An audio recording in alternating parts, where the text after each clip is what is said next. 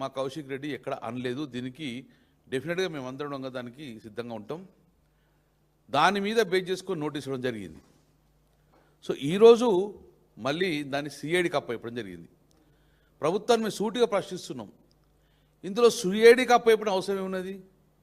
ఇందులో ఏం తవ్వి వెలికి తీస్తారు? అలాగే బాల్క సుమన్ కస్టడీ తీసుకుంటా అన్నారు. దేనికి కస్టడీ తీసుకుంటారు? ఏమైనా దొంగతనం చేసిండ్రా? ఏమైనా ఎంక్వైరీ చేసే ఉందా ఆయనతోటి? అలాగే కౌశిక్ రెడ్డి ఇష్యూలల్లా ఇది పోలీసు సంబంధించిన ఎఫ్ఐఆర్ అయింది. ఇందులో సిఐడి ఏం ఇన్వెస్టిగేషన్ ఉంది? ఇందులో లోపల ఉన్న స్కామ్స్ ఉన్నాయా, లేకుంటే దేశ ద్రోహం ఉన్నదా? సిఐడి ఇవ్వాల్సిన అవసరం ఉన్నది. దేనికి ఇస్తారు సిఐడి? లోపల అంతర్గతంగా ఒక మర్డర్ కేసు కానీ ఒక ఇంటర్నేషనల్ డెకాయిట్స్ గిట్ట వస్తే గిట్ట దాని ఇన్వెస్టిగేషన్ కోసం సిఐడి ఇస్తారు. ఒక ఎమ్మెల్యే మీద సిఐడి ఇన్వెస్టిగేషన్ ఏం జరుగుతుంది అని అంటున్నాం. కేవలం హరాస్మెంట్ తప్ప ఏం లేదు. ఈరోజు ప్రముఖంగా సిఐడి వస్తాను కానీ సిఐడి ట్రాన్స్పరెన్సీగా వర్క్ చేయాలి. కౌశిక్ రెడ్డి గారు ఏం అలిగేషన్ చేశాడు? పోలీసు మీద అలిగేషన్ చేశారు. మమ్మల్ని అక్కడున్న ఏసీపీ గారు కానీ సిఐ గారు కానీ నన్ను పోకుండా అడ్డుకున్నారు.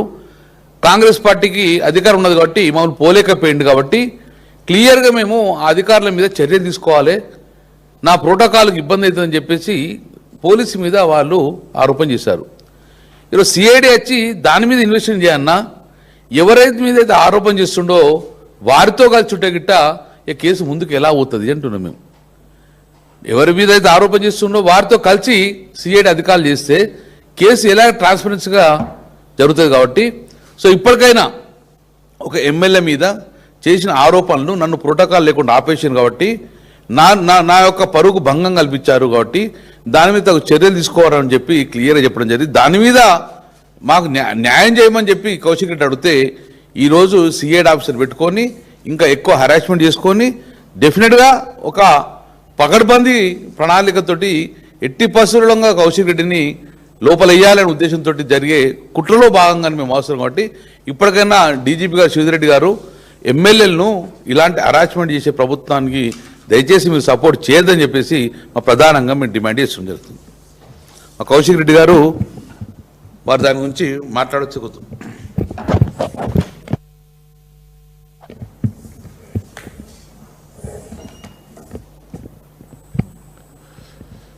ఎలక్ట్రానిక్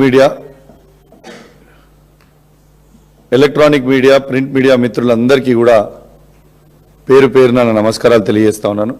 ఒక 5 minutes లేట్ అయినందుకు మీ అందరు కూడా క్షమించాలని కోరుకుంటూ, ఇది చాలా చాలా సీరియస్ అయిన ఇష్యూ.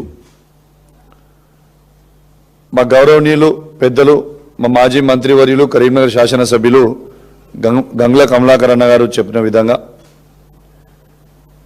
ఆనాడు నేను హుజరాబాద్ నియోజకవర్గాన్ని శాసనసభ్యుణ్ణి. వీణవంక అనేది నా సొంత గ్రామం, నేను పుట్టి పెరిగిన గ్రామం, ఆ వాడలలో తిరిగిన ఒక గ్రామం. ఆ గ్రామంలో సమ్మక్క సారక్క జాతర మా తాతలు ముత్తాతల నుంచి అవుతూ ఉంటుంది. ఆ తాతలు ముత్తాతల నుంచి అవుతున్న సందర్భంగా ఆ ల్యాండ్ ఏదైతే ఉన్నదో సమ్మక్క జాతర ల్యాండ్ కూడా మాదే ల్యాండ్. ఆ ల్యాండ్ మేము డొనేట్ చేయడం జరిగింది.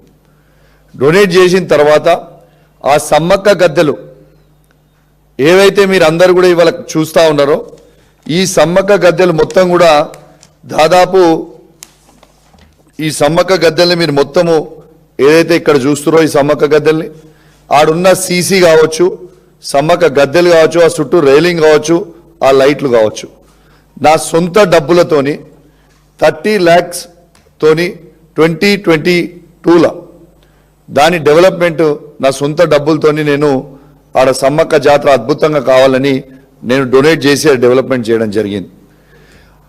చేసిన తర్వాత సమ్మక్క జాతర టెంపుల్కి నేను నా కుటుంబ సభ్యులతోని దర్శనానికి పోతా అంటే ఆడికి పోయిన తర్వాత వాళ్ళు చేసిన తీరు మీ అందరు కూడా చూసిర్రు.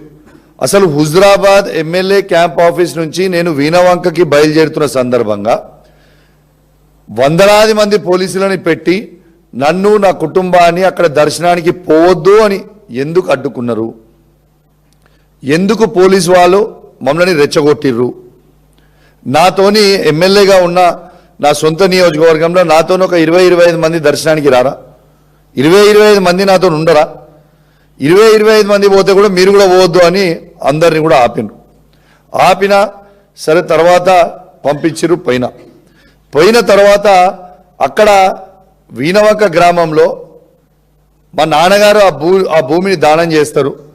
మా తల్లిదండ్రులు 75 సంవత్సరాలు మా తల్లిదండ్రులని రోపు పెట్టి నూకేసి హౌస్ అరెస్ట్ చేయాల్సిన అవసరం ఏమొచ్చింది మా పేరెంట్స్ని అని నేను అడుగుతా ఉన్నాను.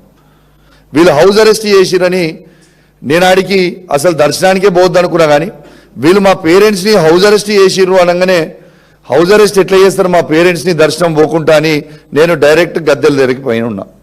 గద్దెల దగ్గరికి పోయింది ఎవరు? నేను, నా సతీమణి, నా బిడ్డ, మా దళిత మహిళా సర్పంచ్, మేము నలుగురం మాత్రమే అక్కడికి గద్దెల దగ్గరికి పోయినాం.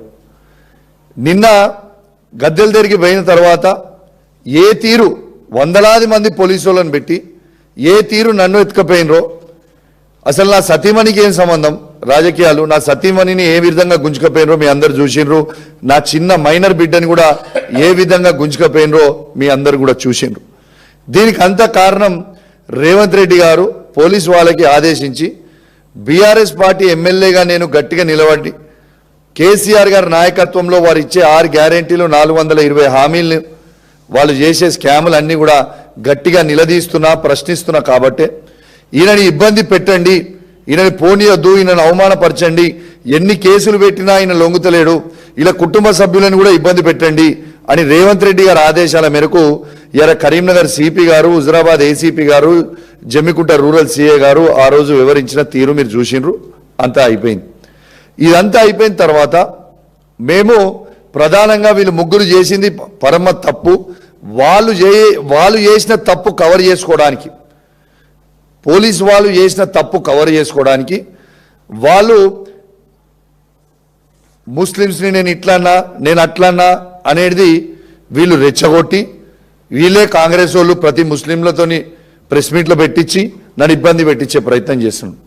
నేను ఇవాళ హైదరాబాద్ నడిబొడ్డున నిల్చొని ఇవాళ నేను మరొకసారి సవాల్ విసురుతున్నా, ఇంతకుముందు కూడా సవాల్ విసిరినా, మీ అందరికీ చదివినిపిస్తా. ఇవాళ ఈ ముగ్గురు ఆఫీసర్లు, ఇవాళ కరీంనగర్ సిపి గారు, హుజరాబాద్ ఏసీపీ గారు, జమ్మికుంట రూరల్ సిఏ గారు, వీళ్ళు ముగ్గురు చేయబట్టి తెలంగాణ ఐపీఎస్ ఆఫీసర్స్ అసోసియేషన్ తల తీసేసినట్టుగా వాళ్ళ ముగ్గురు ఇలా వివరించారు. కాబట్టి వాళ్ళని సస్పెండ్ చేయాలి. లేదు అంటే ఐపీఎస్ ఆఫీసర్ అసోసియేషన్ ఖచ్చితంగా మాకు క్షమాపణ చెప్పాలి. వాళ్ళు ఏం రాసిరో ఒక్కసారి మీకు చదివి వినిపిస్తా. ఒక్కసారి మీరు ఈ పేరా వినాలని నేను అననట్టు రాసిండ్రు.